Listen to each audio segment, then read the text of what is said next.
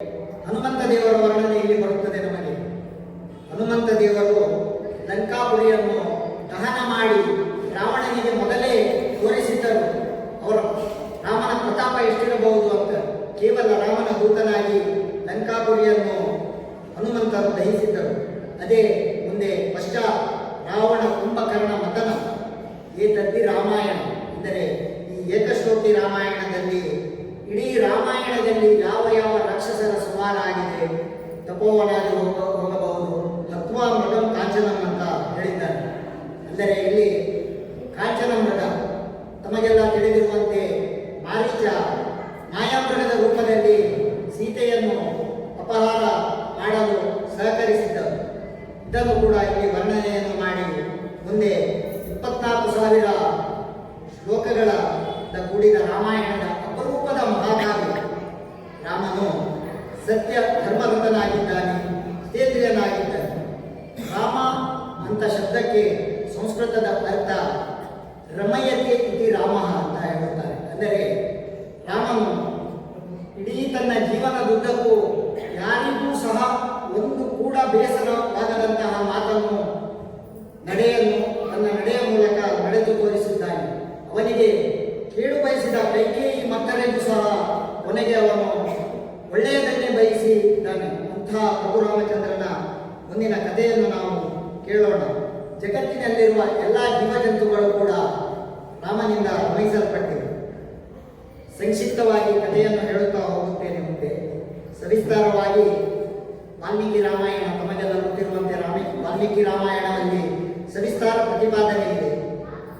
ದರ್ಭಾಸನ ಹಾಕಿ ಕುಳಿತು ವಾಲ್ಮೀಕಿಗಳು ಧ್ಯಾನಮಗ್ನರಾಗಿ ಶ್ರೀರಾಮನನ್ನೇ ಧ್ಯಾನ ಮಾಡುತ್ತಿರಬೇಕಾದರೆ ರಾಮ, ಲಕ್ಷ್ಮಣ, ಸೀತಾದೇವಿ, ದಶರಥ ರಾಜ, ಅವನ 3 ಪತ್ನಿಯರು ಕೌಸಲ್ಯ, ಕೈಕೇಯಿ, ಸುಮಿತ್ರೆ ಹಾಗೂ ಆಂಜನೇಯ ಸ್ವಾಮಿಯ ದರ್ಶನ ನಮ್ಮ ವಾಲ್ಮೀಕಿ ಋಷಿಗಳಿಗೆ ಆಗುತ್ತದೆ. ಪಿತೃವಾಕ್ಯ ಪರಿಪಾಲನೆ ಅಂದರೆ ಈಗಿನ ಕಾಲದವರೆಗೆ ಇದು ತುಂಬ ಪ್ರಶಸ್ತವಾಗಿದೆ. ಯಾರೂ ತಂದೆ ತಾಯಿಗಳ ಮಾತನ್ನು ಹೆಚ್ಚಿನವರು ಈಗ ಕೇಳೋದಿಲ್ಲ. ಅದು ರಾಮನಿಂದ ನಾವು ಕಲಿಯಬೇಕು. ಯಾವ ಪಿತೃವಾಕ್ಯ ಪರಿಪಾಲನೆ ಇದೆ. ವನವಾಸಕ್ಕೆ ಹೊರಟ ಮರುದಿನ ಪಟ್ಟಾಭಿಷೇಕ ರಾಮನಿಗೆ. ಆದರೆ ಪಿತೃವಾಕ್ಯ ಪರಿಪಾಲನೆಗೆ ಆ ಪಟ್ಟಾಭಿಷೇಕ ಆಗುವುದನ್ನು ಬಿಟ್ಟು 14 ವರ್ಷ ಸೀತೆ ಮತ್ತು ಲಕ್ಷ್ಮಣನೊಂದಿಗೆ ಕಾಡಿಗೆ ಹೋಗುವ ಪ್ರಸಂಗ ಬರುತ್ತದೆ. ಆದರೂ ಅವನು ಅದನ್ನು ಪಾಲಿಸಲು ಕಟಿಬದ್ಧನಾಗಿದ್ದ. ಮುಂದೆ ಅಲ್ಲಿ ರಾವಣ ಮೊದಲಾದ ರಾಕ್ಷಸರ ಸಂಹಾರ ಮಾಡುತ್ತಾನೆ. ಸೀತೆಯನ್ನು ಕೊಂಡುಕೊಂಡು ಪುನಃ ಅಯೋಧ್ಯೆಗೆ ಬಂದಿದ್ದದ್ದು ಎಲ್ಲ ಒಂದು ನಾವು ಈಗ ಏನು ಟ್ರೈಲರ್ ಹೇಳ್ತೇವಲ್ಲ, ಅದೇ ಥರ ವಾಲ್ಮೀಕಿ ಮಹರ್ಷಿಗಳಿಗೆ ಇಡೀ ರಾಮಾಯಣದ ಕಥೆ ಸ್ವಪ್ನದಲ್ಲಿ ಗೋಚರವಾದ ನಿದರ್ಶನವಿದೆ. ಶ್ರೀರಾಮನ ಚರಿತ್ರೆ ಆನಂತರ ಈ ಟ್ರೈಲರ್ ನೋಡಿದ ನಮ್ಮ ವಾಲ್ಮೀಕಿ ಋಷಿಗಳು ಮುಂದೆ ಸವಿಸ್ತಾರವಾಗಿ ಪ್ರಾರಂಭ ಮಾಡಿ ಚರಿತೆಯಲ್ಲಿ ಶಮ, ದಮ, ದಯ, ಆತನ ಸದ್ವರ್ತನೆ, ಸತ್ಕತೆ ಎಲ್ಲವನ್ನೂ ತಿಳಿಸುತ್ತಾರೆ. ಮೊದಲು ಸುಮಾರು ಒಂದು 8-10 ವರ್ಷ ಪ್ರಾಯ ಇರಬೇಕಾದರೆ ವಿಶ್ವಾಮಿತ್ರನ ಯಾಗಕ್ಕೆ ಅಂದರೆ ವಿಶ್ವಾಮಿತ್ರ ಋಷಿಗಳಿಗೆ ರಾಮದೇವರು ಅಂತ ಮೊದಲೇ ಜ್ಞಾನ ಇತ್ತು. ಅವರು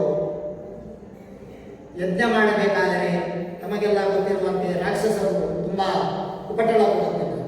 ಎಲ್ಲ ರಾಕ್ಷಸರು ಅಂದರೆ ಮುಖ್ಯವಾಗಿ ತಾಟಕಿ, ಸುಬಾಹು ಮತ್ತು ಮಾರೀಚ ಈ 3 ರಾಕ್ಷಸರು.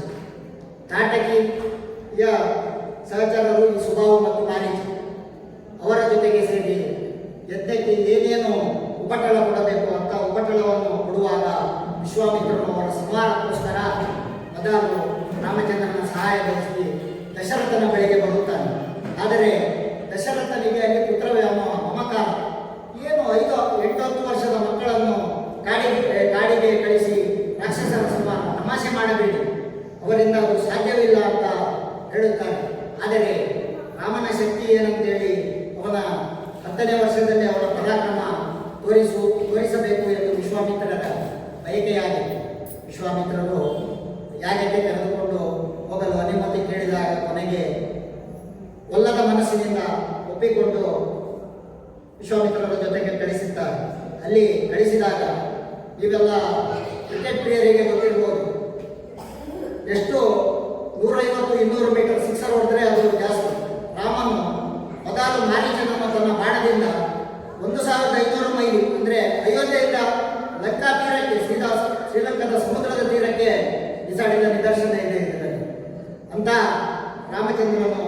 ತನ್ನ ಅದೇ ರೀತಿ ಅವನನ್ನು ಬದುಕಿಸಿ ಉಳಿಸಿದ. ಯಾಕೆ ಬದುಕಿಸಿ ಉಳಿಸಿದ ಅಂದರೆ ಮುಂದೆ ಮಾಯಾಮೃಗದ ವೃತ್ತಾಂತ ಆಗಬೇಕು. ಆ ವೃತ್ತಾಂತಕ್ಕೋಸ್ಕರ ಬದುಕಿಸಿದ್ದ. ತಾಟಕಿ ಮತ್ತೆ ಸುಬಾಹು ಸಂವಾದ ನಡೆಯುತ್ತದೆ. ನಂತರ ತಮಗೆಲ್ಲ ಗೊತ್ತಿರುವಂತೆ ಸೀತಾದೇವಿಯ ವಿವಾಹ, ಜನಕನ ಮನೆಗೆ ಬಂದು ಶಿವಧನುಸ್ಸು ಯಾರ ಕೈಯಲ್ಲೂ ಮುರಿಯಲಿಕ್ಕಾಗಿಲ್ಲ. ರಾವಣ ಕೂಡ ಪ್ರಯತ್ನ ಮಾಡಿದ್ದ, ಅವನಿಗೂ ಈ ಶಿವಧನುಸ್ಸನ್ನು ಮುರಿಯಕ್ಕಾಗಿಲ್ಲ. ಆದರೆ ನಮ್ಮ ಪ್ರಭು ರಾಮಚಂದ್ರ ಶಿವಧನುಸ್ಸನ್ನು ಕೂಡ ಮುರಿದ ನಿದರ್ಶನವಾಗಿ ಸ್ವಯಂವರದಲ್ಲಿ ಸೀತೆಯ ಪರಿಣಯವಾಗುತ್ತದೆ. ಆನಂತರ ಬರುವ ಮಾರ್ಗದಲ್ಲಿ ಪರಶುರಾಮರ ಜೊತೆ ಶ್ರೀಹರಿಯ 2 ಅವತಾರಗಳು, 6ನೇ ಅವತಾರ ಪರಶುರಾಮ ಅವತಾರ ಮತ್ತು ನಮ್ಮ ರಾಮಾವತಾರ ಸಂಭಾಷಣೆ ನಡೆದು ಅಲ್ಲಿ ಸಂವಾದವಾಗಿ ಮುಂದೆ ರಾಮನ ಸಂವರ್ತನೆ ಕಂಡು ದಶರಥ ಪಟ್ಟಾಭಿಷೇಕದ ತಯಾರಿ ಮಾಡುತ್ತಾನೆ. ತಮಗೆಲ್ಲ ಗೊತ್ತಿರುವಂತೆ ಅಲ್ಲಿ ಪಟ್ಟಾಭಿಷೇಕ ನಡೆದದ್ದೇ ಬೇರೆ.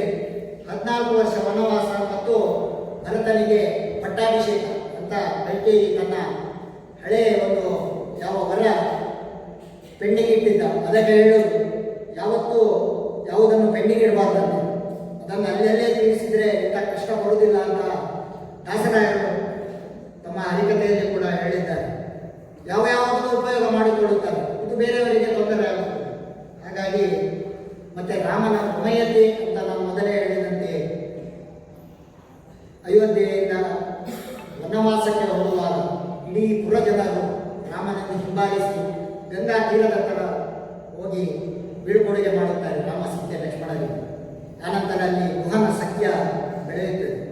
ಗುಹನ ಸಖ್ಯ ಬೆಳೆಸುವಾಗ ಗುಹನಿಂದ ಗಂಗಾ ತೀರ ದಾಟಿ ಮುಂದೆ ಚಿತ್ರಕೂಟ ಎಂದು ಭರದ್ವಾಜ ಆಶ್ರಮಕ್ಕೆ ಹೋಗಬೇಕು. ಗಂಗಾ ನದಿಯನ್ನು ದಾಟ್ತಾ ಇರ್ತಾರೆ.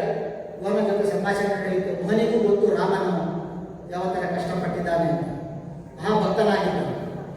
ಗಂಗಾ ತೀರವನ್ನು ದಾಟಿ ಹೋಗುವಾಗ ರಾಮ ಕೇಳ್ತಾನೆ, ಏನಪ್ಪ ನಿನ್ನ ಸಂಭಾವನೆ ಎಷ್ಟು ಅಂತೇಳಿ. 1 ಪೈಸೆ ಸಂಭಾವನೆ ಕೂಡ ಗುಹ ಅಪೇಕ್ಷೆ ಮಾಡುವುದಿಲ್ಲ. ಅಂದರೆ ಕೇಳುತ್ತಾನೆ, ಯಾಕೆ ನಿನ್ನ ಉದ್ಯೋಗಕ್ಕೆ ನೀನು ತೆಗೆದುಕೊಳ್ಳಬೇಕಲ್ಲ ಸಂಭಾವನೆ, ಈಗಿನ ಜನರ ಥರ ಅಲ್ಲ ತ್ರೇತಾಯುಗದಲ್ಲಿ. ಆಗ ಅವನು ಒಂದು ಮಾತು ಹೇಳಿದ್ದು, ಎಲ್ಲರಿಗೂ ಒಂದು ಆದರ್ಶ